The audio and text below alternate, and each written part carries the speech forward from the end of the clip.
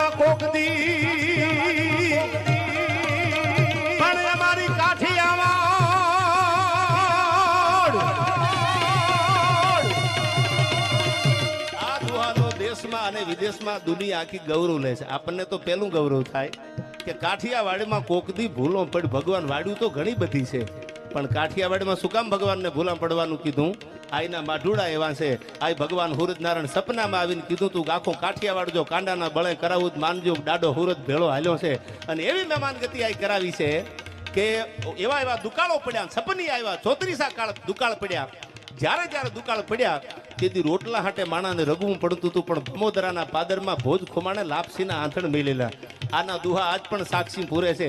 આવી દાતારી ગોબાના પાદર સુધી વયા જાવ. ગોબા ધણી હમાપે ઘોડા વેત કટી જૂઠની વાલે ત્રિંગ બાજોઠી હરખી તાલે.